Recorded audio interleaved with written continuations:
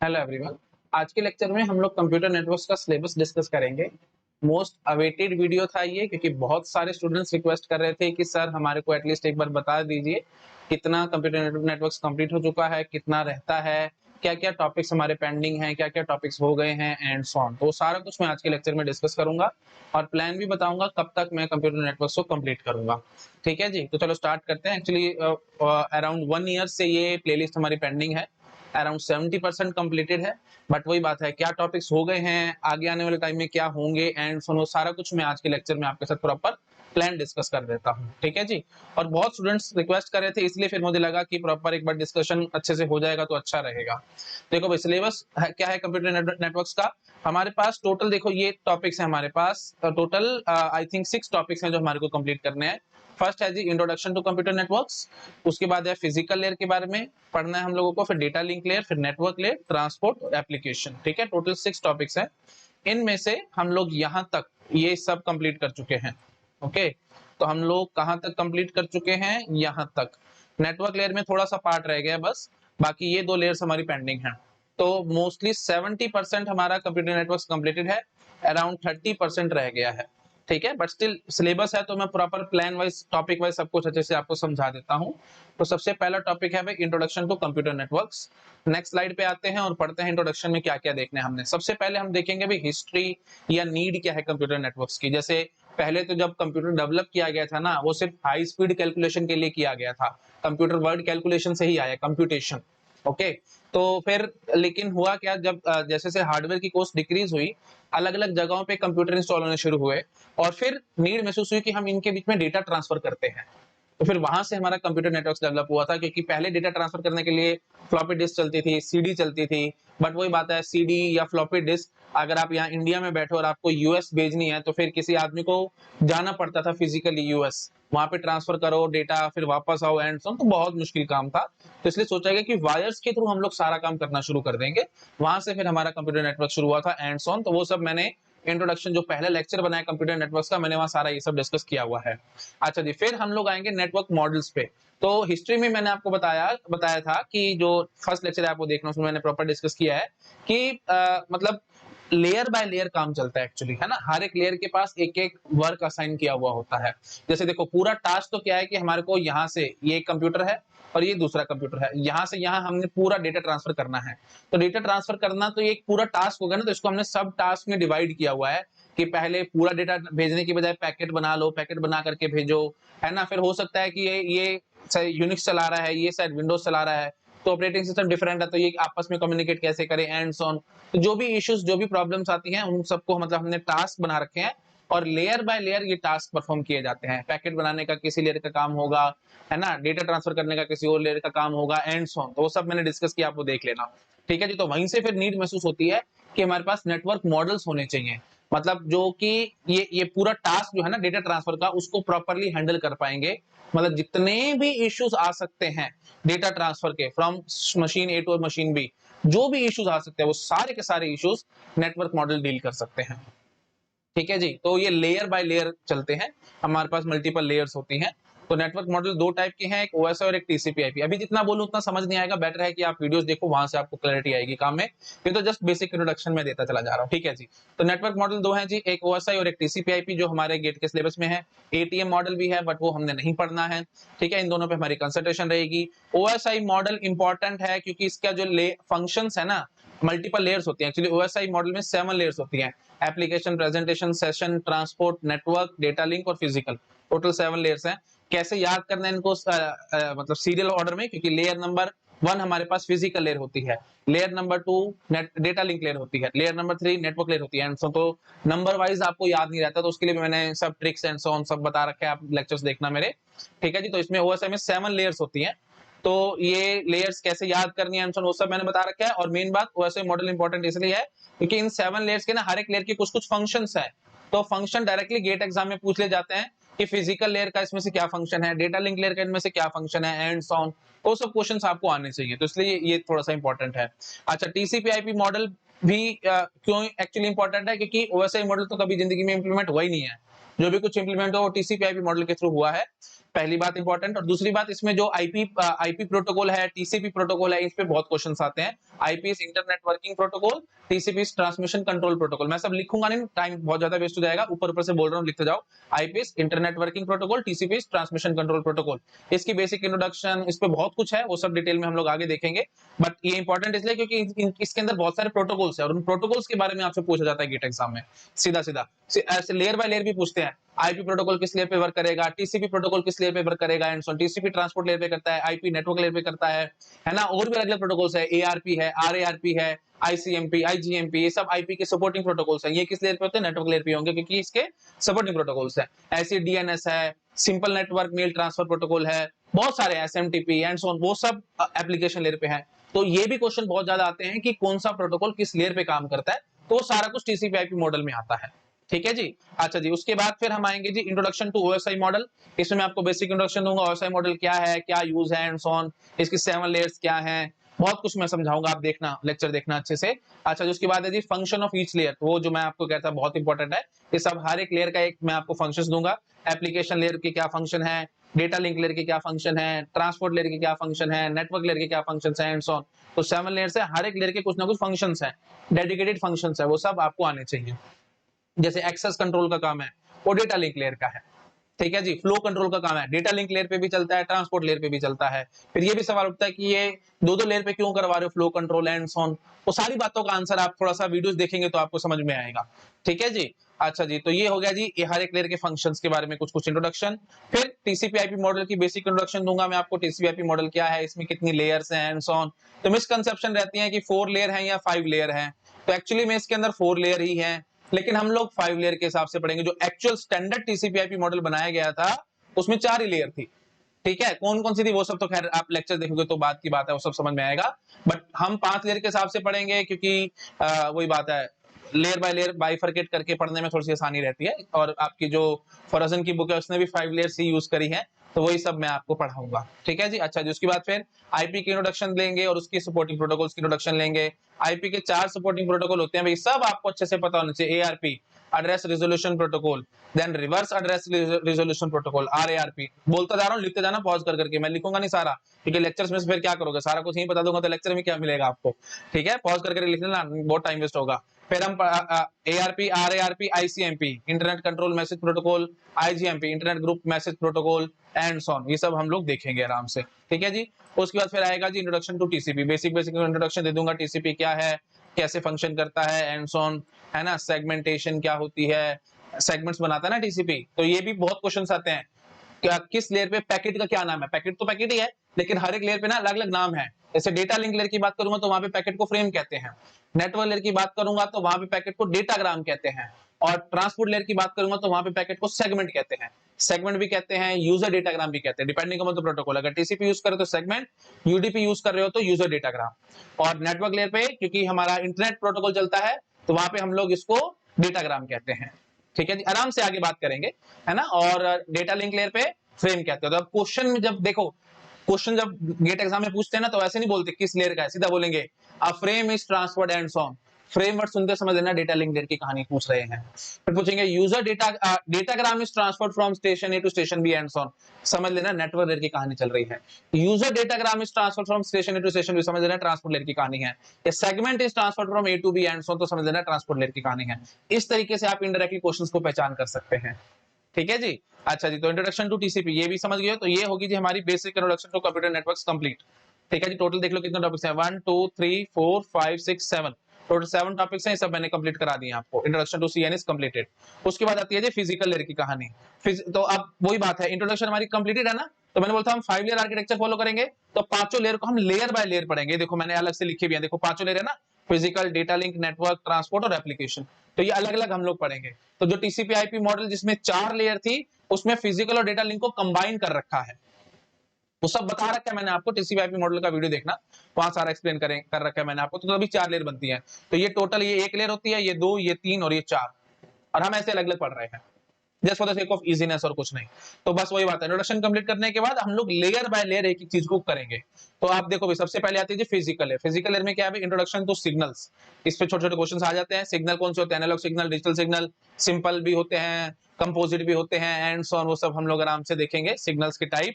ठीक है, उसके बाद इसी में आएगा एनालॉग सिग्नल में कुछ कुछ टर्म्स आती हैं, पीरियड आता है, मतलब टाइम पीरियड जिसको हम लोग कहते हैं, टाइम पीरियड क्या होता है, फ्रीक्वेंसी क्या होती है, एम्पलीट्यूड क्या होता है ना, बेसिक बेसिक टर्म्स हैं, ये सब टर्म्स आपको आनी चाहिए।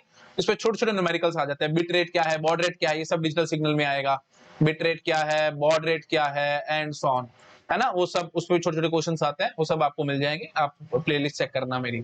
अच्छा जी, ये तो हो गया बेसिक इंट्रोडक्शन टू सिग्नल्स। उसके बाद आती है सिग्नल एनकोडिंग टेक्निक्स। इसमें जैसे आपने सुना होगा मैनचेस्टर एनकोडिंग, है ना, differential Manchester encoding, NRZ encoding, non return to zero, RZ return to zero, है ना, अलग अलग टाइप्स की सिग्नल एनकोडिंग टेक्निक्स है, वो मैंने आपको पढ़ाई है, वो सब आप देख लेना इस टॉपिक में। उसके बाद आता है जी बैंडविड्थ, थ्रूपुट एंड डिले। ये बेसिक बेसिक इंट्रोडक्शन है, बैंडविड्थ एक्जेक्टली क्या होती है, थ्रूपुट क्या होता है, डिले क्या होता है। इस पे अच्छे अच्छे न्यूमेरिकल्स आते हैं, तो वो न्यूमेरिकल्स आपको अच्छे से आने चाहिए। डिले में हम लोग देखेंगे propagation time, transmission time, queuing time, processing time and so on, वो सब हम लोग देखेंगे आराम से। थ्रूपुट क्या है, बैंडविड्थ क्या है, सब आपको आराम से डिटेल में बता रखा है मैंने, लगभग 1 घंटे का वीडियो है ये, उसमें मैंने बहुत अच्छे से सब कुछ क्लियर किया है, और इस पे न्यूमेरिकल्स बहुत आते हैं, इसलिए ये इंपॉर्टेंट टॉपिक है भाई। ठीक है जी। उसके बाद आती है जी मल्टीप्लेक्सिंग। मल्टीप्लेक्सिंग होती है जी 3 टाइप की, FDM frequency division multiplexing, wavelength division multiplexing और टाइम डिवीजन मल्टीप्लेक्सिंग। एक बात याद रखना भाई, एक होती है मल्टीप्लेक्सिंग और एक होता है जी multiple access. Multiple access, multiple access data link layer पे चलता है जी, और मल्टीप्लेक्सिंग किस पे चलती है जी, फिजिकल लेयर पे चलती है। बेसिक बेसिक बातें आपको आनी चाहिए। ठीक है जी। अच्छा जी, तो मल्टीपल एक्सेस फिर यही बन जाएगा एफडीएमए। एफडीएमए तो समझ लेना भाई, डेटा लिंक लेयर की कहानी है, frequency division multiple access. Then TDMA time division multiple access, CDMA code division multiple access. तो ये सारा कुछ डेटा लिंक लेयर की कहानी होगी। ठीक है जी। तो एम एम खाली लिखा हुआ है, तो ये मल्टीप्लेक्सिंग वाली बात है, वो फिजिकल लेयर पे चलेगी, और एम ए लिखा तो मल्टीपल एक्सेस वाली बात है, और वो डेटा लिंक लेयर पे चलेगी। ये सब बेसिक बेसिक बातें आपको आनी चाहिए। ठीक है, छोटा करता हूं, सारा कुछ एक स्क्रीन पे आएगा, नोट डाउन करो। नेक्स्ट स्लाइड पे जंप कर रहा हूं, फिजिकल लेयर की कहानी खत्म है, अब हम लोग डेटा लिंक लेयर पे शिफ्ट हो जाएंगे। सब मैं पढ़ा चुका हूं भैया ना, ये सब चीजें हमारी कंप्लीटेड है, आप प्लेलिस्ट में चेक कर लेना। अच्छा जी, इसके बाद आती है जी हमारे पास ये the most biggest layer, that is the data link layer. बहुत है इसमें, बहुत कुछ पढ़ाने का है, मैंने पूरी कंप्लीट भी करा दी, अब चेक करना, बहुत बड़ी है ये लेयर। सबसे पहले हम पढ़ेंगे जी एरर डिटेक्शन वर्सेस करेक्शन। ठीक है, एरर डिटेक्शन क्या होती है, करेक्शन क्या होती है, हम देखेंगे। एक्चुअली डेटा लिंक लेयर की खास बात क्या है ना, देखो हर एक लेयर कुछ ना कुछ अपनी इंफॉर्मेशन ऐड करती है in the form of header और ट्रेलर। ये एक स्पेशल लेयर है जो कि हेडर और ट्रेलर दोनों चीजें ऐड करती है। ठीक है, ये एक स्पेशलिटी है डेटा लिंक लेयर की, और ट्रेलर में हमारी सारी एरर डिटेक्शन एंड करेक्शन की कहानी चलती है। ठीक है, ट्रेलर में एरर डिटेक्शन करेक्शन की कहानी चलती है सारी। हर एक लेयर अपनी अपनी इंफॉर्मेशन ऐड करती है in the form of header या ट्रेलर। तो हर एक लेयर कुछ कुछ ऐड करती है, लेकिन डेटा लिंक लेयर एक स्पेशल लेयर है जो कि दोनों चीजें ऐड करती है, हेडर भी और ट्रेलर भी। और ट्रेलर में एरर डिटेक्शन एंड करेक्शन की कहानी करी जाती है। ट्रेलर मतलब पीछे, हेडर मतलब आगे डेटा के। ठीक है। अच्छा जी, तो एरर डिटेक्शन करेक्शन हम लोग पढ़ेंगे क्या होती है, वर्सेस मतलब इन द सेंस कौन सी ज्यादा बेटर है, डिटेक्शन बेटर है या करेक्शन बेटर है एंड सो ऑन। आपको लगता होगा कि करेक्शन बेटर है, बट नहीं, एक्चुअली डिटेक्शन ज्यादा बेटर होती है। करेक्शन का मतलब क्या होगा कि डेटा जो भी पैकेट रिसीव किया है रिसीवर ने, वो उसको वहीं पे बैठ के पहले तो डिटेक्ट करेगा कि हाँ जिसमें एरर है, और उसके बाद उसकी पोजीशन भी फाइंड करेगा, क्योंकि सारा कुछ बाइनरी है। एक बार जैसे देखो ये डेटा है, मैं कहता हूं कि यहाँ पे एरर है, तो एरर है तो इसका मतलब क्या है, 1 का 0 बनाओ, काम खत्म। समझ रहे हो ना। लो जी, ये बन गया मेरा डेटा, ये रिसीव्ड हुआ था और ये एक्चुअल डेटा है, क्योंकि मेरे को पोजीशन पता लग गई। तो पहले डिटेक्शन करनी पड़ती है, पता लगाना पड़ता है कि एरर कहीं ना कहीं है या नहीं है। डिटेक्शन होने के बाद फिर देखना पड़ता है कि किस पोजीशन पे प्रॉब्लम है। तो पोजीशन फाइंड आउट करने में भी बड़ा टाइम बर्बाद हो जाता है। इसलिए कहा जाता है कि ये ऐसा अच्छी बात नहीं है कि सेंडर ने डेटा सेंड करा, रिसीवर ने रिसीव करा, रिसीवर रिसीव करने के बाद पहले डिटेक्ट करे और उसके बाद उसको करेक्ट करे। तो ऐसे सोचो भाई, कहता है कि मैं ज्यादा इतना अपना सिर नहीं खपाऊंगा फालतू में, पहले तो ढूंढूं कहाँ एरर है, मतलब पहले तो देखूं एरर है कि नहीं है, उसके बाद ढूंढने बैठ जाऊं, अच्छा यहाँ है, अच्छा यहाँ है एंड सो, तो बड़ा टाइम बर्बाद होता है। वो कहता है छोड़ो यार, मैं ये काम नहीं करता, आप मेरे पास दोबारा पैकेट भेज दो, मैं फालतू में इसको ठीक करने नहीं बैठूंगा भाई। ठीक है, तो ये सिंपल इलाज है। तो डिटेक्शन ज्यादा अच्छी नहीं होती, इसलिए करेक्शन ज्यादा बेटर होती, सॉरी करेक्शन ज्यादा बेटर नहीं होती, डिटेक्शन ज्यादा बेटर होती है। तो क्या होता है भाई, रिसीवर ने डेटा रिसीव करा, रिसीव करने के बाद देख लेता है कि हाँ जिसके अंदर एरर है कहीं ना कहीं, बस उसको इतना पता लग जाना चाहिए। लगते ही वो देखेंगे आगे क्या करता है, पैकेट को डिस्कार्ड करता है या नेगेटिव एक्नॉलेजमेंट करता है सेंडर को एंड सो, वो सब हम आराम से बाद में देखेंगे, वो सारी बात की कहानी है। बट मेन बात क्या है कि जब पता लग जाता है ना कि एरर है इसके अंदर, तो दोबारा से सेंडर पैकेट भेजेगा रिसीवर के पास। वो कैसे भेजेगा रिसीवर के पास, वो डिपेंड करता है भाई, या तो साइलेंटली रिसीवर पैकेट को डिस्कार्ड कर देगा। अगर साइलेंटली डिस्कार्ड कर देगा ना पैकेट को, मतलब कुछ नहीं बोलेगा कि हाँ भाई आपका पैकेट गलत आया था या कुछ नहीं, एंड सो ऑन, वो पैकेट को डिस्कार्ड कर देगा। और फिर वहां से सेंडर के पास एक टाइमर चल रहा होगा, क्योंकि सेंडर को कैसे पता लगेगा अभी पैकेट आया कि नहीं आया, रिसीवर ने रिसीव किया कि नहीं, टाइमर चल रहा होगा। वो टाइमर जैसे एक्सपायर होगा ना, सेंडर दोबारा से पैकेट भेज देगा। ऐसे समझो रिसीवर तमीज वाला आदमी है। जैसे आप, कोई आदमी आपको आके कुछ गलत बोलता है तो आप उसको पलट के जवाब देने के बजाय आप चुप हो जाओ, ठीक है जी, तो आप समझदार इंसान कहला जाओगे। आप बेवकूफ नहीं कहला जाओगे, आप समझदार कहला जाओगे कि वो बेवकूफ है, वो इतना कुछ उल्टा सीधा आपको बोल रहा है, आप चुपचाप खड़े खड़े सुन रहे हो भाई, आप कुछ नहीं बोल रहे हो उसको, आप इग्नोर कर रहे हो उसकी बातों को, क्योंकि आपको पता है अगर आपने पलट के जवाब दोगे तो फिर वो और आगे उल्टा बोलेगा, तो बेटर कि चुप ही रहो। तो ये समझदार आदमी की निशानी है। तो वही बात है, रिसीवर अगर समझदारी दिखाएगा तो साइलेंटली पैकेट को डिस्कार्ड कर देगा। और वही बात है, जो दूसरा आदमी उल्टा सीधा बोल रहा है वो समझ जाएगा कि हाँ भाई तो मेरे को कोई रिस्पॉन्स नहीं दे रहा, छोड़ो इसको, आगे बढ़ते हैं। तो वही बात है, सेंडर के पास टाइमर चल रहा होगा, टाइमर जैसे एक्सपायर होगा तो सेंडर दोबारा से पैकेट भेज देगा रिसीवर के पास।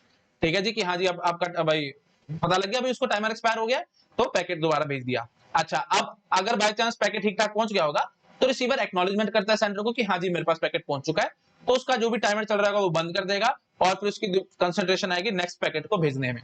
ठीक है जी, समझ पा रहे हो? तो टाइमर चलता रहता है, सारा कुछ टाइमर के हिसाब से चलता है। जैसे पैकेट भेजता है सेंडर, टाइमर शुरू कर लेता है, एक पर्टिकुलर टाइम डिसाइड हो जाएगा कि 2 सेकंड, दो रफली बोल रहा हूँ, 2 सेकंड के अंदर अगर एक्नॉलेजमेंट आ गई तो ठीक है, नहीं तो पैकेट दोबारा भेज दिया जाएगा, एज्यूमिंग कि कुछ ना कुछ उसमें गड़बड़ थी। क्लियर हो गया? ठीक है, तो ये सब है। तो बेटर क्या है भाई, डिटेक्शन है, करेक्शन ज्यादा बेटर नहीं है। अच्छा जी, फिर हम समझेंगे कि लॉजिक क्या है, एरर डिटेक्शन एग्जैक्टली करी कैसे जाती है। अब डेटा था ये, रिसीव सपोज कर लो ये हो गया, तो फिर कैसे पता लगेगा कि इसमें एरर है या नहीं है? वो सभी आपको लगता होगा कि इम्पॉसिबल टास्क है, बट मैं आपको पॉसिबल करके दिखाऊंगा, अच्छे से समझाऊंगा हम लोग कैसे डिटेक्शन का लॉजिक है, कैसे करते हैं एंड सो ऑन। फिर एक कंसेप्ट आएगा हैमिंग डिस्टेंस का, मिनिमम हैमिंग डिस्टेंस का एंड सो ऑन, उसी पे सारा डिटेक्शन करेक्शन का लॉजिक बेस्ड होते हैं, वो सब हम लोग पढ़ेंगे। इस पे क्वेश्चन भी आ जाते हैं, 3-4 कोड वर्ड दे देंगे, आपसे पूछेंगे कि मिनिमम हैमिंग डिस्टेंस बताओ एंड सो ऑन। अच्छा तो फिर लीनियर ब्लॉक कोड्स की एक शुरुआत करेंगे हम लोग, ये सबसे इंपॉर्टेंट है भाई, है ना, लीनियर ब्लॉक कोड से बहुत क्वेश्चंस आते हैं। Simple parity check code, 2D parity check code, है ना, उसके बाद सीआरसी साइक्लिक रिडंडेंसी चेक, ये आपने पढ़ा होगा भाई, इस पे बहुत क्वेश्चंस आते हैं गेट एग्जाम में, चेकसम। फिर हैमिंग कोड्स, हैमिंग कोड भी इंपॉर्टेंट है, ये एरर करेक्टिंग कोड है भाई, एरर करेक्टिंग कोड है, इस पे भी काफी क्वेश्चंस आते हैं गेट एग्जाम में। ठीक है, 2000 मेरे ख्याल 2021 में आया था इस पे क्वेश्चन, अभी जस्ट पिछले साल ही क्वेश्चन आया हुआ इस पे। ठीक है, ध्यान रखना है आपको, हैमिंग कोड भी इंपॉर्टेंट है। ओके, सीआरसी भी इंपॉर्टेंट है, इससे भी क्वेश्चंस आते हैं, तो ये दोनों बहुत ज्यादा इंपॉर्टेंट है भाई, हैमिंग कोड और सीआरसी, बहुत क्वेश्चंस आते हैं इस पे। ठीक है, तो ये हो गया जी लीनियर ब्लॉक कोड्स वाली कहानी। क्या होते हैं linear block codes and so on, वो सब लेक्चर देखोगे तो समझ में आएगा। अच्छा जी, उसके बाद फिर अब ना जो डेटा लिंक ले रहा है उसके कुछ फंक्शंस होते हैं, तो फंक्शंस के बारे में हम लोग पढ़ेंगे। फ्रेमिंग, सबसे पहला फंक्शन फ्रेमिंग है भाई, वही जो भी हमारे पास डेटाग्राम आएगा नेटवर्क लेयर से, उसके आगे हेडर और टेलर अटैच करेगा, इस पूरे पार्ट को हम लोग क्या कह देते हैं जी, फ्रेम कह देते हैं। तो फ्रेमिंग में bit stuffing, byte stuffing and so, वो सारी बेसिक बेसिक टर्म्स आती हैं, उस पे 1-2 बार क्वेश्चन है तो मैं डिस्कस करूंगा आपके साथ फ्रेमिंग क्या है। फिर आएगा जी बहुत ज्यादा इंपॉर्टेंट पार्ट, जिसपे जितने तारे बना उतने कम है, फ्लो कंट्रोल और एरर कंट्रोल। इसके लिए 3 प्रोटोकॉल से स्टॉप एंड वेट, भर भर के क्वेश्चन है, प्रीवियस क्वेश्चन उठा के देखो आपको मिलेंगे, बहुत न्यूमेरिकल्स आते हैं। Go back and selective repeat, अच्छा गो बैक एंड और सिलेक्टिव रिपीट यूज करते हैं जी स्लाइडिंग विंडो प्रोटोकॉल को, तो मैं स्लाइडिंग विंडो प्रोटोकॉल पहले अच्छे से एक्सप्लेन करूंगा, रादर मैंने कर दिया है, आप देख लेना। स्टॉप एंड वेट के बाद मैंने स्लाइडिंग विंडो प्रोटोकॉल पढ़ाया है, और उसके बाद go back and selective repeat पढ़ाए हैं, क्योंकि ये दोनों protocol go back and selective repeat sliding window protocol का यूज करते हैं। एसडब्ल्यूपी में लिख लेता हूं, ठीक है। ओके जी, तो ठीक है, तो ये सब अच्छे से पढ़ने हैं, बहुत न्यूमेरिकल्स आते हैं भर भर के, और मैंने गेट एग्जाम के सारे लगभग क्वेश्चन भी सोल्व कराई दिए आपको, तो चेक कर लेना भैया, तीनों बहुत इंपॉर्टेंट है। अच्छा जी, उसके बाद तो समझ गए ना भाई, देखो पहला फंक्शन है फ्रेमिंग, किसका, इसका आपका डेटा लिंक लेयर का पहला फंक्शन है जी फ्रेमिंग, वो मैंने बता दिया। उसके बाद है जी दूसरा function flow control, error control. तीसरा फंक्शन है जी एक्सेस कंट्रोल। एक्सेस कंट्रोल का मतलब क्या होता है, जैसे सपोज कर लो ये देखो भाई, ये हमारे पास 4 स्टेशन हैं जो कि एक बस के थ्रू कनेक्टेड हैं, स्टेशन ए बी सी और डी। सपोज करो बी और सी आपस में कम्युनिकेट कर रहे हैं, क्या उस टाइम पे एओडी कम्युनिकेट कर सकते हैं? नहीं, क्योंकि डेटा यहीं से ही जाएगा, ये कॉमन वायर है ना भाई, यहां से जाएगा। तो who can access the shared channel when, ये शेयर्ड चैनल है भाई, ये शेयर हो रही है ना सबके बीच में, बीसी एडी इन सबके बीच में शेयर हो रही है चैनल, तो who can access the shared channel when, that is known as access control. कौन कब इस शेयर्ड चैनल को एक्सेस करेगा, ठीक है, तो ये एक्सेस कंट्रोल होता है। तो एक्सेस कंट्रोल के लिए हमारे पास 3 प्रोटोकॉल्स होते हैं, एक होता है जी रैंडम एक्सेस प्रोटोकॉल, दूसरे होते हैं जी कंट्रोल्ड एक्सेस प्रोटोकॉल, और तीसरे हैं जी चैनलाइजेशन प्रोटोकॉल। ये इतना गेट के सिलेबस में नहीं है तो हम इसमें नहीं घुसेंगे, वही है frequency division multiple access, time division multiple access, code division multiple access. इसमें हमारे को ज्यादा घुसने की जरूरत नहीं है। गेट एग्जाम हो जाने दो, थोड़ा सिलेबस कंप्लीट हो जाने दो, उसके बाद टाइम बचेगा तो मैं इनके बारे में आपको पढ़ा दूंगा। वैसे सारा कुछ फोरोजन में गिवन है, आप पढ़ सकते हो, फोरोजन की बुक में सब कुछ है, बहुत इजी लैंग्वेज में है, ठीक है। फिर भी मैं पढ़ा दूंगा, कोई बात नहीं, तो एक बार गेट एग्जाम हो जाने दो। अच्छा जी, मतलब सिलेबस हो जाने दो। अच्छा, जिसके बाद कंट्रोल्ड एक्सेस में आते हैं जी, token passing, reservation, polling, basic introduction मैंने इनकी दे रखी है। टोकन पासिंग में पहले बहुत सारे क्वेश्चन आते थे, बट अब वो हमारे सिलेबस से हटा दी गई है, तो आपके लिए गुड न्यूज है। तो टोकन पासिंग के बारे में भी हमारे को ज्यादा नहीं पढ़ना, बेसिक इंट्रोडक्शन में आपको दे दूंगा, अगर मैंने दे रखी है, आप वीडियोस देख लेना। हाँ, ये है जी इंपॉर्टेंट, इस पे तारे बनाओ, इस पे आते हैं क्वेश्चन, न्यूमेरिकल बेसिक बातें बहुत आती हैं। अलोहा, स्लॉटेड अलोहा, ये रैंडम एक्सेस प्रोटोकॉल्स हैं। तो बेसिकली तीन कैटेगरी में होते हैं जी एक्सेस कंट्रोल प्रोटोकॉल। एक होता है जी रैंडम एक्सेस। रैंडम एक्सेस का मतलब क्या, सारा कुछ रैंडमली काम कर रहा है। मतलब रैंडम एक्सेस का ये मतलब है जी, जब ए और बी के ए बी सी डी जिसके दिमाग में जब डेटा आ रहा है वो भेज रहा है, एंड सो ऑन। एग्जैक्टली ऐसे तो नहीं होता, पर कुछ कुछ इसमें होता है, मतलब कोई फिक्स सीक्वेंस नहीं है कि पहले ए भेजेगा फिर बी भेजेगा, नहीं नहीं, जिसके जब मन में आ रहा है वो भेज सकता है, that is random access. Control access में एक पर्टिकुलर सीक्वेंस फॉलो होगी भी, कौन कब सेंड करेगा, एंड सो ऑन। चैनलाइजेशन क्या इतना इंपॉर्टेंट नहीं है, तो जब पढ़ेंगे तो उसके बारे में बात कर लेंगे आराम से, है ना। हम पूरी चैनल के अंदर फ्रीक्वेंसी वाइज बैंड्स बना लेते हैं, डिवाइड करके रख लेते हैं। एफडीएमए का मतलब क्या होगा, फ्रीक्वेंसी डिवीजन मल्टीपल एक्सेस, है ना। तो एक ही चैनल है, ये देखो, जैसे ये एक ही चैनल है, उसके अंदर हमने मल्टीपल फ्रीक्वेंसीज के बैंड डिसाइड किए हैं, और मतलब हर एक स्टेशन का डेटा एक पर्टिकुलर फ्रीक्वेंसी बैंड के ऊपर जाएगा, एंड सो ऑन। जैसे मोबाइल फोन में हम लोग काम करते हैं, थोड़ा थोड़ा आपको पता हो तो, है ना। तो यही होता है कि एयर के थ्रू सारा सिग्नल जा रहा है, तो आप भी बात कर रहे हो, कोई दूसरा आदमी बात कर रहा है, कोई तीसरा आदमी बात कर रहा है, मतलब सब आपस में बात कर रहे हैं, लेकिन फिर भी कहीं की कोई प्रॉब्लम नहीं आ रही। मतलब जैसे पहले लैंडलाइन फोन हम जब हम यूज किया करते थे, तो कुछ कुछ बीच में एक दूसरे की बातें सुनाई देती थी ना, तो वो सब प्रॉब्लम्स इसमें नहीं आती हैं। तो क्यों नहीं आती हैं, एंड सो ऑन। तो वो सारा कुछ ये होता है, एफडीएमए टीडीएमए ज्यादातर एक्चुअली यूज किया जाता है। GSM global system for mobiles जो है वो टीडीएमए यूज करता है, ठीक है। बात करेंगे सीडीएमए टेक्नोलॉजी, खैर आजकल बिल्कुल एब्सोल्यूट हो गई है, यूज नहीं हो रही है। रिलायंस ने निकाली थी सीडीएमए, आपको पता होगा, सीडीएमए फोन आया करते थे, ठीक है। तो टाइम बचेगा तो पढ़ाएंगे आराम से इसके बारे में, ठीक है जी। तो चैनलाइजेशन हो गया, कंट्रोल एक्सेस हो गया। कंट्रोल एक्सेस में एक सीक्वेंस फॉलो करी जाएगी, कौन कब करेगा, एंड सो ऑन। अच्छा, जैसे टोकन पासिंग है, जिसके पास टोकन होगा वो डेटा भेजेगा, नहीं तो नहीं भेज सकते, काम खत्म। ये है सिंपल टोकन पासिंग, ठीक है। अच्छा, बात करेंगे आगे reservation, polling and so on, other पढ़ा रखा है मैंने, वीडियोस देख लेना आप लोग, बेसिक इंट्रोडक्शन दिए, क्वेश्चन ज्यादा नहीं आते। रैंडम एक्सेस प्रोटोकॉल में ज्यादा आते हैं, क्योंकि रैंडमली काम हो रहा है ना। तो ALOHA, slotted ALOHA, CSMA, CSMA as a carrier sense multiple access, CSMA CD carrier sense multiple access collision detection, CSMA carrier sense multiple access collision avoidance. Collision detection important है भाई, अवॉइडेंस से तो इतने क्वेश्चन नहीं आया है, डिटेक्शन बड़ी important है, इस पे छोटे छोटे न्यूमेरिकल्स आते हैं, एंड सो ऑन। वो सब आपको बहुत अच्छे से आना चाहिए, सब मैंने पढ़ा रखा है, आप चेक कर लेना भाई, ठीक है जी। अच्छा जी, उसके बाद फिर एक हम बहुत ब्यूटीफुल प्रोटोकॉल पढ़ेंगे, इथरनेट, जो कि डेटा लिंक लेयर पर वर्क करता है, बहुत बार क्वेश्चन आया है। इथरनेट का फ्रेम पढ़ेंगे, इसके फ्रेम में क्या क्या फील्ड्स एंड सो ऑन, हर एक फील्ड का साइज पता होना चाहिए, एंड सो ऑन, सब डिटेल में आपको मिलेगा, इथरनेट पढ़ लेना आप। उसके बाद आता है जी कनेक्टिंग डिवाइसेस का टॉपिक, इसमें रिपीटर एंड हब, इस पे बड़े अच्छे अच्छे क्वेश्चंस आते हैं। रिपीटर हब कौन सी लेयर पे काम करेगा, ब्रिज कौन सी लेयर पे करेगा, स्विच कौन सी पे करेगा, राउटर किस पे काम करेगा, गेटवे किस पे काम करेगा, एंड सो ऑन। तो राउटर 3 लेयर डिवाइस होता है, तो लेयर 1, लेयर 2, लेयर 3 सब पे वर्क करेगा।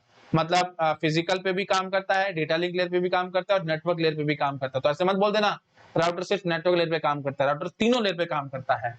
स्विच फिर वही बात है, डिपेंड करता है लेयर 2 स्विच है या लेयर 3 स्विच है। लेयर 2 स्विच होगा तो फिर वो लेयर 1 और लेयर 2 पे काम करेगा, लेयर 3 होगा तो लेयर 1, लेयर 2, लेयर 3 तीनों पे काम करेगा। ब्रिज सिर्फ 2 ही लेयर पे काम करती है, लेयर 1 और लेयर 2, मतलब फिजिकल और data link. Repeater and hub ये लेयर 1 पे काम करते हैं, मतलब data link, sorry physical layer पे, ठीक है। फिल्टरिंग कैपेबिलिटी किसमें होती है, किसमें नहीं होती है, बहुत कुछ है भाई, सारा मैंने पढ़ा रखा है, आप चेक कर लेना। Gateway is just like a computer, ये सभी लेयर्स पे काम करता है, ठीक है जी। मतलब आपका ईच एंड एवरी लेयर, तो 1 2 3 4 5 5 लेयर्स है ना, तो उसी पे मतलब फिजिकल पे भी काम करता है, डेटा लिंक पे भी, नेटवर्क पे भी, ट्रांसपोर्ट पे भी, और एप्लीकेशन पे भी, पांचों लेयर पे ये काम करता है गेटवे। तो ये बहुत ब्यूटीफुल डिवाइस है, इसके बारे में मैंने बेसिक इंट्रोडक्शन दे रखी है, आप चेक कर लेना, ठीक है जी। तो यहां तक हमारी ये क्या कंप्लीट होगी जी, डेटा लिंक लेयर कंप्लीट हो गई है, ठीक है। एक कोशिश करते हैं कि स्लाइड पे डाल दूं सारा कुछ, और आप नोट डाउन नहीं कर पाओगे भाई, क्योंकि बड़ी लेयर है ना बहुत, ठीक है। तो पार्ट्स में करो भाई, यहां तक करो नोट डाउन। लो जी, हाँ आप ठीक है सब, तो यहाँ तक कर लो भाई, सीडीएमए टोकन पासिंग फॉलोइंग यहाँ तक कर लो नोट डाउन। उसके बाद फिर ये इथरनेट और कनेक्टिंग डिवाइसेस ये सब नोट डाउन कर लो, ठीक है जी। चलो भाई आगे बढ़ते हैं। डेटा लिंक लेयर का काम खत्म। अब आएगी G network layer. Network layer में सबसे पहला टॉपिक है जी आईपी एड्रेसिंग। ये मैं आपको कंप्लीट करा चुका हूँ, बहुत इंपॉर्टेंट टॉपिक है, जितने तारे बनाने उतने बना लो। लगभग गेट एग्जाम में हर साल इससे एक क्वेश्चन जरूर आएगा। आप समझ लो कितना इंपॉर्टेंट टॉपिक है ये। प्रीवियस ईयर पेपर उठा के देखो ना, हर बार आपको कोई ना कोई एक क्वेश्चन आईपी एड्रेसिंग जरूर मिलेगा। दो टाइप की होती है, क्लासफुल होती है, एक क्लासलेस होती है ना। जब पढ़ोगे तो समझ में आएगा सब नेटिंग कैसे होती है, सुपर नेटिंग कैसे होती है। क्लासफुल में भी देखनी है और क्लासलेस में भी देखनी है, सब दोनों में देखनी है। क्लासफुल वाले से क्वेश्चंस आते हैं, क्लासलेस से भी आते हैं, है ना। तो ये सब आपको अच्छे से आना चाहिए। प्रॉपर डीप में मैंने सब समझा रखा है। नेट मास्क क्या होता है ना, फर्स्ट एड्रेस कैसे निकालते हैं, लास्ट एड्रेस कैसे निकालते हैं, बहुत सारे न्यूमेरिकल्स है और बहुत वैरायटी है। मैं बार बार समझाता हूँ, जिस भी टॉपिक में वैरायटी होती है ना, उससे क्वेश्चन आने के चांसेस बहुत ज्यादा होते हैं। और ये टॉपिक ऐसा है इसमें बहुत वैरायटी है, दुनिया भर के क्वेश्चन बनते हैं, तो सभी मैंने आपको क्लियर कर रखे हैं, आप चेक कर लेना। उसके बाद आते हैं जी स्पेशल एड्रेसेस इन IPv4 स्कीम। ये भी मैंने आपको पढ़ा दिया, कुछ स्पेशल एड्रेसेस हैं, है ना, देख लेना आप लोग। इसमें वो NAT network address translation and so on, private addresses सब मैंने बता रखा है, चेक कर लेना। IPv4 हेडर के बारे में मैंने बता दिया आपको, कौन सी फील्ड है, कितने बिट्स की है, सब आता है बहुत अच्छे से। ठीक है, IPv4 हेडर थोड़ा बहुत कंप्लीटेड है, कुछ कुछ पार्ट रह गया था, जैसे फ्रेगमेंटेशन क्या है ना, ये सब मेरे को आपको पढ़ाना है। तो फ्रेगमेंटेशन इंपॉर्टेंट है, गेट एग्जाम में क्वेश्चन भी आते हैं, तारे बना लो इस पे। तो नेक्स्ट वीडियो जो भी बनेगा वो फ्रेगमेंटेशन पे ही बनेगा, कि फ्रेगमेंटेशन कैसे होती है ना। उसमें 3 फील्ड्स होती है, identification, flag and so on, वो सब बताऊंगा मैं आपको आराम से, है ना। अभी ज्यादा बोलने का फायदा नहीं है। IPv4 हेडर हो गया। तो इसमें कई की बार ये भी क्वेश्चन आता है, कौन सी फील्ड कितने बिट की है, TTL field, time to live field कितने बिट की है, 8 बिट की फील्ड है जी, है ना। ऐसे ऐसे करके बहुत क्वेश्चंस आते हैं। सोर्स आईपी एड्रेस कितने बिट का है जी, 32 बिट का है। डेस्टिनेशन आईपी एड्रेस कितने बिट का है जी, 32 बिट का है। ऑप्शंस हैं जी, अलग अलग ऑप्शंस हैं, उनकी क्या क्या मतलब फंक्शंस हैं एंड सो ऑन, सब पढ़ाऊंगा मैं आपको एक एक करके, ठीक है। सब इसमें आएगा, IPv4 हेडर में आएगा। उसके बाद आते हैं जी कुछ supporting protocols of IP, ARP address resolution protocol, reverse address resolution protocol, internet control message protocol, internet group message protocol. ये RARP के टाइप नहीं है भाई। RARP एक्चुअली आज की डेट में एब्सोल्यूट है, ये चलता ही नहीं है, बिल्कुल बकवास है ये प्रोटोकॉल। तो इसकी बजाय आज की डेट में 2 प्रोटोकॉल चलते हैं, बूटपी और DHCP। रादर बूटपी भी आजकल नहीं चल रहा है, DHCP बहुत ज्यादा चल रहा है, dynamic host configuration protocol. DHCP की हेल्प से हम क्या करते हैं भाई, आईपी एड्रेसेस हमारे पास बहुत कम है, लेकिन हम बहुत सारे कंप्यूटर्स उसके उसके थ्रू कनेक्ट कर पाते हैं। क्योंकि पहले प्रॉब्लम आई थी IPv4 में, कहा गया था कि IPv4 एड्रेसेस बहुत कम है ना, हमारे को प्रॉब्लम फेस करनी पड़ेगी एंड सो, बट ऐसा कुछ हुआ। बट ये सब DHCP वगैरह सब आए थे, तो उसके बाद ही प्रॉब्लम खत्म हो गई और IPv6 वाली बात चली नहीं ज्यादा, है ना। एक्चुअली फिलहाल हम लोग ट्रांजिशन में IPv4 से IPv6 में। V4 में एड्रेसेस बहुत कम है और IPv6 में बहुत ज्यादा है, तो एड्रेसेस बहुत कम लग रहे थे लोगों को, इसलिए IPv6 इन्वेंट किया गया था और उस पर हम काम कर रहे थे। बट फिर जब धीरे धीरे टेक्नोलॉजी एडवांस हुई तो उसकी जरूरत ही नहीं पड़ रही IPv6 की, V4 से लगभग हमारा काम चल रहा है। ठीक है, फिलहाल हम ट्रांजिशन में ही है, तो ये सब DHCP के कारण ही हो पाया है। तो DHCP की हेल्प से हम क्या करते हैं भाई, जो ISP होता है ना, उसके पास पूल ऑफ IP एड्रेसेस होते हैं, तो जो भी बंदा जब डिमांड करेगा उसको वो दे दिया जाएगा। ठीक है, जैसे थोड़ा सा मैं आपको समझाऊं, ये देखो भाई, ये हमारे पास ना पूल है IP एड्रेसेस का। ठीक है, अब आईपी एड्रेस ISP के पास होंगे से सपोज कर लो 2 पावर 10, 1024 आईपी एड्रेसेस हैं किसी भी इंटरनेट सर्विस प्रोवाइडर के पास। अब ये चाहे तो बहुत सारे कंप्यूटर्स कनेक्ट करवा सकता है, क्योंकि यही मान के चलेगा कि जितने भी कंप्यूटर्स हैं, जो भी मेरे से कनेक्शन ले रहा है, जैसे आपने से BSNL का कनेक्शन ले रखा है, ठीक है, तो BSNL वाला क्या, वो क्या सोचते हैं, वो ये सोचते हैं कि हमारे पास आईपी एड्रेसेस तो बहुत कम है, लेकिन हम फिर भी जो कनेक्शन लोग मांगते हैं ना, जैसे आप चाहते हो घर में BSNL का कनेक्शन लगवाना एंड सो ऑन, तो आपको घर लगा देंगे, लेकिन ये इसका ये मतलब नहीं है कि BSNL आपके लिए एक नया आईपी एड्रेस खरीदेगा ना, वो आपके लिए कोई आईपी एड्रेस नहीं खरीदेगा, उसके पास जितने आईपी एड्रेसेस हैं उसी से ही वो काम चला रहा है। तो बहुत कम आईपी एड्रेसेस हैं, लेकिन उसके बावजूद भी बहुत सारे कंप्यूटर्स कनेक्ट हो जाते हैं। ठीक है, तो वो DHCP की हेल्प से होता है। वो सब खैर जब पढ़ाएंगे तो हम लोग आपको बताएंगे वहां पे। ICMP internet control message protocol, ठीक है, तो ये एक्चुअली ये एरर रिपोर्टिंग प्रोटोकॉल है भाई, एरर रिपोर्टिंग प्रोटोकॉल। एक्चुअली चक्कर क्या है, जो आईपी है ना, इंटरनेट वर्किंग प्रोटोकॉल, ये बेस्ट एफर्ट डिलीवरी सिस्टम है। इसका सबसे मेन फोकस क्या होता है भाई, पैकेट को फॉरवर्ड करना, डेट्स इट। ये एरर डिटेक्शन करेक्शन इसका ये कुछ नहीं करता। तो अगर रिसीवर ने पैकेट डिस्कार्ड किया किसी भी कारण से, बस इतना ध्यान रखना, चाहे रिसीवर हो, चाहे इंटरमीडिएट राउटर हो, चाहे कोई भी सिस्टम हो, पैकेट जब भी ड्रॉप होगा, इमीडिएटली ICMP एरर मैसेज जाएगा सेंडर को, कि आपका पैकेट ड्रॉप हो चुका है भाई, आप दोबारा से भेजो। क्योंकि सेंडर को क्या पता लगेगा भाई कैसे क्या हुआ क्या नहीं हुआ एंड सो ऑन। तो इसलिए आईसीएमपी एरर रिपोर्टिंग प्रोटोकॉल है। किसी भी कारण से पैकेट ड्रॉप हुआ तो आईसीएमपी एरर मैसेज आएगा सेंडर के पास। अब जैसे राउटर था एक, है ना, जैसे ये देखो ये एक राउटर है, ये सेंडर था, इसने पैकेट भेजा, राउटर के पास क्यू होता है ना, क्यू में पैकेट्स लगे होते हैं, क्योंकि शायद इतनी स्पीड से पैकेट वो फॉरवर्ड नहीं कर पाता जितनी स्पीड से उसके पास पैकेट्स आ रहे हैं। तो अगर उसका क्यू भर गया तो फिर क्या होगा, ऑब्वियस सी बात है, राउटर पैकेट डिस्कार्ड करेगा, और जैसे पैकेट डिस्कार्ड करेगा सेंडर को आईसीएमपी एरर मैसेज करेगा कि हमारा क्यू भरा हुआ है एंड सो। तो समझ रहे हो, जिस भी कारण से पैकेट ड्रॉप हुआ इमीडिएटली आईसीएमपी एरर मैसेज आता है। तो प्लीज ये ध्यान रखना है, एरर डिटेक्शन या करेक्शन प्रोटोकॉल नहीं है ICMP. ICMP error reporting protocol है, क्योंकि ये रिपोर्ट कर रहा है एरर को। ठीक है, जैसे होता है जी इंटरनेट ग्रुप मैसेज प्रोटोकॉल, ये मल्टीकास्टिंग के काम आता है। ठीक है, वो खैर इतना इंपॉर्टेंट नहीं है, गेट एग्जाम में नहीं आएगा। आईपी यूनिकास्ट होता है, ये मल्टीकास्टिंग के लिए यूज होता है। ग्रुप से समझ पा रहे होगा ना, internet group message protocol. Clear है? अच्छा जी, उसके बाद आता है जी delivery forwarding and routing. Delivery direct, एक इनडायरेक्ट, डायरेक्ट और एक इनडायरेक्ट। ठीक है, दो तरह की डिलीवरी होती है। क्या होती है एंड सो ऑन, वो मैं आगे आपको समझाऊंगा। फॉरवर्डिंग में हम लोग समझेंगे भाई एक्चुअली पैकेट फॉरवर्ड कैसे होता है। मतलब यहाँ पे हम लोग पढ़ेंगे राउटिंग टेबल के कंटेंट क्या होते हैं, राउटिंग टेबल कैसे बनाई जाती है, और इस पे गेट एग्जाम पे क्वेश्चन बहुत बार आता है। राउटिंग टेबल बना करके दे देते हैं और आपको कहते हैं कि पैकेट किस पोर्ट से फॉरवर्ड होगा। एक आईपी एड्रेस का पैकेट दे देंगे, राउटर की एक राउटिंग टेबल दे देंगे और आपसे पूछेंगे किस पोर्ट से पैकेट फॉरवर्ड होगा एंड सो ऑन। अलग अलग टाइप के बहुत अच्छे अच्छे क्वेश्चन है, वो सारे हम लोग फॉरवर्डिंग प्रोसेस में देखेंगे। तो बेसिकली हमारे को इसमें क्या सीखना है, राउटिंग टेबल के कंटेंट क्या होते हैं, और पैकेट फॉरवर्ड किया कैसे जाता है, एग्जैक्टली क्या होता है एंड सो ऑन। उसके बाद आएगी जी राउटिंग। राउटिंग में हम लोग पढ़ेंगे जी राउटिंग एल्गोरिथम्स। राउटिंग एल्गोरिथम्स क्या बताएंगे जी, जो राउटिंग टेबल तो हमने पढ़ ली, यहाँ पे ये राउटिंग टेबल फिल कैसे करी जाती है, भरी कैसे जाती है। तो उसके लिए ऑब्वियस सी बात है, मैनुअली फिल थोड़ी करेंगे, राउटर तो इतने सारे हैं पूरे इंटरनेट में, तो सबको पास आ जाएगा क्या, कोई आदमी बैठ के उसको फिल करेगा, नहीं, सारे वो अपने आप भरते हैं, राउटर्स अपने आप से अपनी राउटिंग टेबल भरते हैं। समझ रहे हो ना, यहाँ पे कंटेंट सिखाऊंगा, यहाँ पे समझाऊंगा वो भरी कैसे जाती है। तो भरने के लिए बहुत सारे प्रोटोकॉल्स हैं, बहुत सारे एल्गोरिथम्स हैं। एक डिस्टेंस वेक्टर राउटिंग बहुत चलता है, और एक लिंक स्टेट राउटिंग एलएसआर, ये बहुत चलता है। गेट एग्जाम इन पे बहुत क्वेश्चन आते हैं, बाकी और बहुत सारे अलग अलग हैं, तो सब मैं आपको सिखाऊंगा, अलग अलग प्रोटोकॉल्स कैसे काम करता है, adaptive routing, non adaptive routing and so on, सब दिखाऊंगा मैं आपको। ठीक है, बट इन पे कंसंट्रेशन रहेगी डिस्टेंस वेक्टर राउटिंग और लिंक स्टेट राउटिंग पे। काउंट टू इन्फिनिटी प्रॉब्लम पे बहुत बार आया है एंड सो ऑन, सब मैं आपको दिखाऊंगा आराम से। ठीक है जी, चलो करते हैं छोटा, और मैं आपको बता देता हूँ कहां तक हम लोग कंप्लीट कर चुके हैं। हाँ, तो फ्रेगमेंटेशन से आगे से हमारे को स्टार्ट करना है। तो दो टॉपिक हमारे नेटवर्क लेयर में रहते हैं और थोड़ा सा IPv4 हेडर रहता है अभी।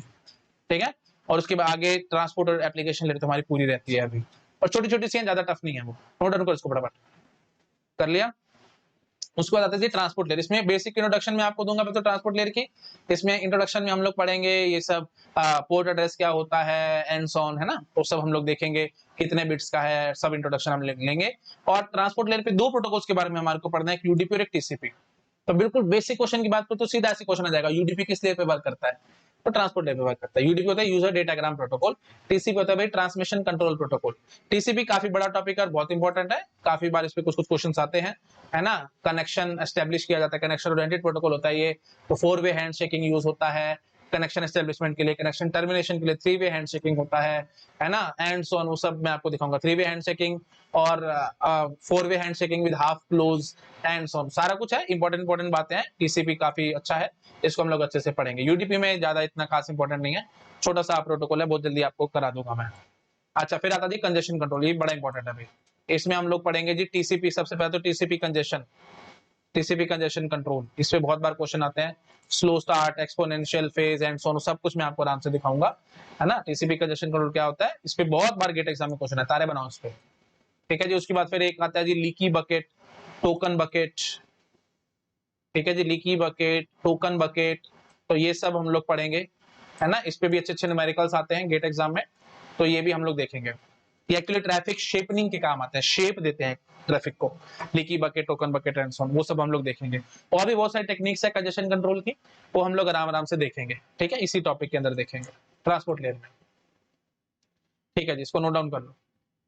ठीक है, चलो आगे बढ़ रहा हूं मैं। हाँ जी, फिर आता है जी एप्लीकेशन लेयर। एप्लीकेशन लेयर में ये जो है हमारे पास टोटल 6 प्रोटोकॉल्स हैं जिनको हमारे को पढ़ना, रादर 5 प्रोटोकॉल्स हैं, और एक अलग सा टॉपिक है नेटवर्क सिक्योरिटी, वो हमारे को पढ़ना। 5 प्रोटोकॉल इंपॉर्टेंट है भाई एप्लीकेशन लेयर पे। कोई पूछे ना एप्लीकेशन बहुत वास्ट है, बहुत बड़ी है, जितनी पढ़ा उतनी कम है, लेकिन मैं बेसिक बेसिक इंट्रोडक्शन दूंगा। डीएनएस पे तो भाई गेट 2022 में भी क्वेश्चन आया है, तो इंपॉर्टेंट टॉपिक है, ठीक है, डीएनएस इज इंपॉर्टेंट। बहुत ज्यादा क्वेश्चन तो नहीं आया है बट आया है, बट अभी 2022 में भी आया तो फिर इसलिए तो करना पड़ेगा अच्छे से, ठीक है। अच्छी अच्छी बातें हैं इसमें बहुत सारी, मैं पढ़ाऊंगा आपको। डीएनएस डोमेन नेम सिस्टम होता है, टेलनेट टर्मिनल नेटवर्क ये पढ़ेंगे हम लोग, ईमेल पढ़ेंगे, ईमेल में हम लोग पढ़ेंगे सिंपल में ट्रांसफर प्रोटोकॉल क्या होता है, एसएमटीपी, पॉप3, आईमैप, ये सब प्रोटोकॉल्स हैं वो हम लोग देखेंगे। पीओपी पोस्ट ऑफिस प्रोटोकॉल होता है एंड सो ऑन, वो देखेंगे। एफटीपी फाइल ट्रांसफर प्रोटोकॉल, तो बेसिक बेसिक बातें आती है इसमें, सब बताऊंगा मैं आपको जब एफटीपी पढ़ेंगे तो। एचटीटीपी हाइपरटेक्स्ट ट्रांसफर प्रोटोकॉल ये इंपॉर्टेंट है भाई, ये काफी बार 2020 में, 21 में, 22 में 2-3 साल लगातार इस पे क्वेश्चंस आए हैं, बहुत इंपॉर्टेंट है। नेटवर्क सिक्योरिटी में ज्यादा इंपॉर्टेंट नहीं है, इतने क्वेश्चंस तो नहीं आते हैं। डेफी हेलमैन की एक्सचेंज है कि वो बहुत इंपॉर्टेंट है। एक आरएससी एल्गोरिथम है ना, वो भी हम लोग देख लेंगे, थोड़ा सा इंपॉर्टेंट है वो, है ना। बस दैट्स तो ठीक है, दैट्स इट। तो मतलब मेन बात समझ लो, जो मोटी मोटी बात मैंने आपको बताई है, हमारे क्या क्या टॉपिक्स रहते हैं। एक तो सपोर्टिंग प्रोटोकॉल्स ऑफ आईपी, एक डिलीवरी फॉरवर्डिंग राउटिंग, ठीक है, ये बड़ा है अभी टॉपिक, डिलीवरी फॉरवर्डिंग राउटिंग, है ना, काफी बड़ा टॉपिक है ये। उसके बाद फिर ट्रांसपोर्टर की इंट्रोडक्शन, यूडीपी, टीसीपी, टीसीपी काफी बड़ा है, कंजेशन कंट्रोल, ठीक है। और उसके बाद ये डीएनएस, टेलनेट, ईमेल, एफटीपी, ये भी मतलब जो मेन बात मैंने आपको बताई 70% तक, अप्रोक्सीमेटली 70% हमारी नेटवर्किंग कंप्लीटेड है, और 30% ही सिर्फ पेंडिंग है और ज्यादा नहीं है। ये सब थ्योरेटिकल है, आपको लग रहा होगा कि बहुत बड़े बड़े प्रोटोकॉल्स हैं, नो डाउट ये बहुत बड़े बड़े हैं। एचटीटीपी पे तो आपको किताबें मिलेंगी लिखी हुई, इतना थोड़ी पढ़ना है हमको। जो बेसिक बेसिक इंट्रोडक्शन है वो मैं आपको दे दूंगा, तो उसकी टेंशन आप मत लेना ज्यादा, है ना, हम लोग पढ़ेंगे आराम से इन सब चीजों को, ठीक है जी। चलिए ठीक है जी, ओके जी, thank you so much, bye bye. तो बाकी बातें जो है नेक्स्ट लेक्चर में हम लोग करेंगे, और जो नेक्स्ट लेक्चर में हमारा जो बचा हुआ पार्ट है फ्रेगमेंटेशन इन IPv4 हेडर, हम लोग यहाँ से शुरुआत कर लेंगे, ठीक है जी। चलो इसको भी नोट डाउन करो। Okay, thank you so much, bye bye. अगर आपको ये सब वीडियोस अच्छे लग रहे हैं, मेरी मेहनत पसंद आ रही है, तो प्लीज सब लोगों के साथ शेयर करो भाई, है ना। रीच बढ़ेगी तो सब्सक्राइबर्स ज्यादा आएंगे, तो फिर एक ऑथेंटिसिटी लगती है कि हाँ जी टीचर अच्छा पढ़ाता है, अच्छे अच्छे कमेंट्स हैं, तो फिर स्टूडेंट्स काफी जल्दी जुड़ पाएंगे हमारे साथ, ठीक है। चलिए ओके, ठीक है, thank you so much, bye bye. और अच्छे से लाइक किया करो भाई, है ना, जितना ज्यादा लाइक करते हो ना, तो क्या होता है कि रैंक अच्छी आ जाती है वीडियो की, तो वो ऊपर ऊपर शो होगा जब भी हम लोग, जैसे कुछ भी आप टॉपिक यूट्यूब पे सर्च करोगे तो वो ऊपर शो होगा, तो इसलिए लाइक करा करो अच्छे से वीडियोस को, ठीक है। चलिए okay, thank you so much, bye bye.